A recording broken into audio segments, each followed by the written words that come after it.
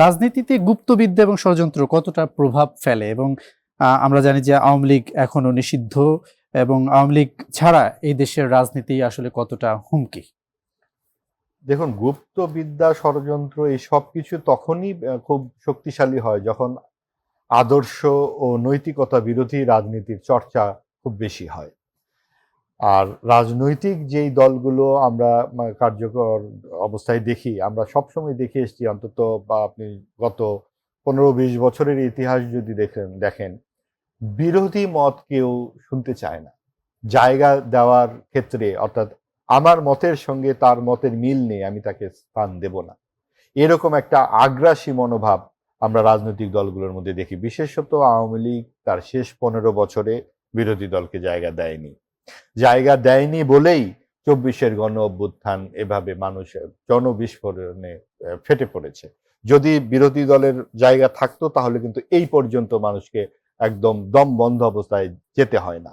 তারপরে অন্তর্বর্তীকালীন সরকারের সময়ও আমরা একই রকম প্রবণতা দেখেছি। অন্তর্বর্তীকালীন সরকারের পার্টিজান হওয়ার কথা ছিল না, কিন্তু তারা পার্টিজান হয়ে গিয়েছিল। তারা হয়েছিল সাম্প্রদায়িক শক্তির পার্টিজান, এবং তাদের পৃষ্ঠপোষকতায় ডানপন্থার বিকাশ হয়েছে এবং তারা প্রধান বিরোধী দল হিসেবে সংসদে এসেছে। যেটা 4 থেকে 7% ভোটের একটি দল কি করে 36% ভোট হয়ে গেল, সেটা নানান রকম ব্যাখ্যা শোনা যায়, যদিও কোনো প্রত্যক্ষ প্রমাণ পাওয়া আসলে আমরা যায় একটু না। শুনতে চাই কি করে হলো আসলে। সেটাও তো ধারণা, এটা তো কারো কাছে প্রমাণ না, অন্তত আমার কাছে নাই। আমি শুধু এটুকুই ধারণা করতে পারি যে সরকার যখন বায়াসড হয়ে যায়, সরকার যখন একজনকে পৃষ্ঠপোষকতা করে, আপনি বলতে পারেন কোথায় দেখলেন পৃষ্ঠপোষকতা? মুক্তিযুদ্ধের ভাস্কর্য ভাঙা, মাজার ভাঙা, মব সন্ত্রাসে নির্বিকার থাকা। 32 নম্বর তো কোনো ব্যক্তির প্রতিষ্ঠান আর নয়, এটা জাতির স্মৃতির সঙ্গে জড়িত, জাতির ইতিহাসের সঙ্গে জড়িত। এটা বুলডোজার দিয়ে ভাঙা এই হলো। সময়টাও তো আপনার মবের কথা বলছিলেন, আমরা এই সময়টাই তো মব দেখতে পেলাম, কুষ্টিয়াতে দেখতে পেলাম। এই প্রসঙ্গে আসি, কিন্তু ওইটা শেষ করি যেটা বলছিলাম, যে এই যে গণমাধ্যমে হামলা হলো, আপনার ছায়ানট ও উদ্দিচিতে হামলা হলো, এই সকল প্রগতিশীল জায়গাগুলোতে হামলা হলো, তখন সরকার নির্বিকার ছিল, অনেক ক্ষেত্রে উদাসীনও শুধু ছিল না, একটু উস্কেও দিয়েছিল যে ভাঙো। কাজে এই সব কিছুতে মনে হয়েছে যে দেশে এক ধরনের শক্তির বিকাশ সরকার চেয়েছে, যাদেরকে নিয়ে নিউ ইয়র্ক পর্যন্ত চলে গিয়েছিল। এবং কথায় কথায় আপনি যে আওয়ামী লীগ নিষিদ্ধ করা হলো, সেটাও কিন্তু 2 দিনের একটি কুসুম কুসুম আন্দোলন। সেখানে পানীয় সাপ্লাই দেওয়া হয়েছে আন্দোলন করার সময়। অন্তর্বর্তীকালীন সরকারের উপদেষ্টার বাড়ির সামনে যখন আন্দোলন হয় আওয়ামী লীগের নিষিদ্ধের, তখন পানি সাপ্লাই দেওয়া হয়েছে। কাজেই সরকারকে আমরা দেখেছি একদিকে হেলে যেতে। সেইটাই ধারাবাহিকতা, এবং সরকার প্রধান তখন বলেছিলেন যে এই তরুণরা কেউ শিক্ষামন্ত্রী হবে, তরুণরা কেউ এমপি হবে। সেটা হয়েছে, শিক্ষামন্ত্রী না হলেও চিফ হয়েছে। কাজেই এই বিষয়গুলোতে আমাদের সন্দেহের অবকাশ থেকে যায়। এখন আসুন আপনার এই প্রশ্নে, যে মব সন্ত্রাস এখনো দেখা যাচ্ছে।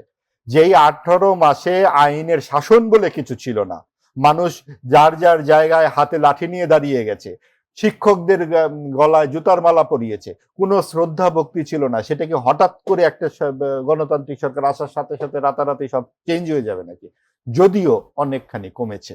আগের মতো কথায় কথায় আপনি ভারতীয় দোসর, আপনি আওয়ামী লীগের ফ্যাসিস্ট বলে তাড়িয়ে দেওয়ার যে একটা প্রবণতা, তাকে ট্যাগবাজি করে আইন নিজের হাতে তুলে, কোনো রকম ফৌজদারি আইন কানুনের দরকার নাই, সেই জায়গা থেকে অবশ্যই দেশ বেরিয়ে এসেছে, মানুষ স্বস্তির নিঃশ্বাস ফেলেছে। সেটা আমরা পহেলা বৈশাখেই দেখেছি। সকল ধর্ম মতের মানুষ, নির্বিকার নারী পুরুষ নির্বিশেষে লক্ষ লক্ষ মানুষ শান্তিতে রাস্তায় বেরিয়েছে। সেটা আমরা গত পহেলা বৈশাখে কিন্তু দেখি নাই অন্তর্বর্তীকালীন সরকার। তখন হিংসা দেখেছি, তখন বিদ্বেষ দেখেছি, সেইখান থেকে দেশ বেরিয়ে এসেছে। কিন্তু আজকে বা গতকালকের খবর, নরসিংদীতে একটি মব সন্ত্রাস হয়েছে, কুষ্টিয়াতে একজন পীরকে মব সন্ত্রাসে মেরে ফেলা হয়েছে, 2 জন অন্তত কিশোর গ্যাং এর হত্যার শিকার হয়েছে। এই ধরনের ঘটনা আমাদের সমাজে নতুন নয়, তবে একেবারে মববাজি করে কথায় কথায় জুতার মালা পরিয়ে দেওয়া, কথায় কথায় আপনি ভারতীয় এরকম দোসর, বিষয়গুলো সেটা হচ্ছে, কমেছে। সেগুলো কি আইনের আওতায় আপনি দেখতে পাচ্ছেন কিনা? অবশ্যই দেখতে পাচ্ছি, যেটা আপনার জামাত নেতা জড়িত বলে আমরা দেখেছি কুষ্টিয়াতে, এবং অন্যগুলাতে অবশ্যই আইনের ব্যাপার আছে, এবং সেটার জন্য আমাদের জাতীয় সংসদ কার্যরত। যদি আইনের আওতায় না আসে, সেটা অবশ্যই সেখানে আলোচনা হবে। আমরা অবশ্যই সেটা সরকারি ও বিরোধী দলের কাছ থেকে আমরা জানতে চাইব যে তারা কি বলে, এবং সরকারের পক্ষ থেকেও নিশ্চয়ই আমাদের কথাবার্তা আসবে। তবে আমরা যেটা দেখতে পাচ্ছি, সরকারের দুর্বলতার মধ্যে একটা প্রধান দুর্বলতা, এই 2 মাসে নতুন সরকার, খুব কঠোর ভাষায় সমালোচনা করতে চাই না, যদিও 2 মাসও কম সময় নয়, যেটা আমরা দেখতে পাচ্ছি জ্বালানি তেলের ক্ষেত্রে সরকার এক ধরনের দ্বিধাদ্বন্দ্বের মধ্যে আছে। এই ব্যাপার, এটা তো সরকারের দোষে তো এই ঘটনা ঘটে নাই। সরকারের কি অসুবিধা, তো মানে পরিষ্কার কিছু পরিকল্পনা নিতে। সরকারকে যে এখানে বলা হলো যে আপনি জোর একদিন দেন, বেজোর একদিন দেন, এইভাবে আপনি সিরিয়াল কমিয়ে আনুন, আপনি যারা বিশেষজ্ঞ তাদের সঙ্গে একটা কমিটি করুন, তাদেরকে দিয়ে কাজ করুন, এইসব না বলে সরকারের মন্ত্রীরা সমানে বলতে শুরু করলেন যে 12 বছরের তেল বা গ্যাস আছে আমাদের। এই সমস্ত কথাবার্তা অনেকটা আওয়ামী লীগের মন্ত্রীদের মতো।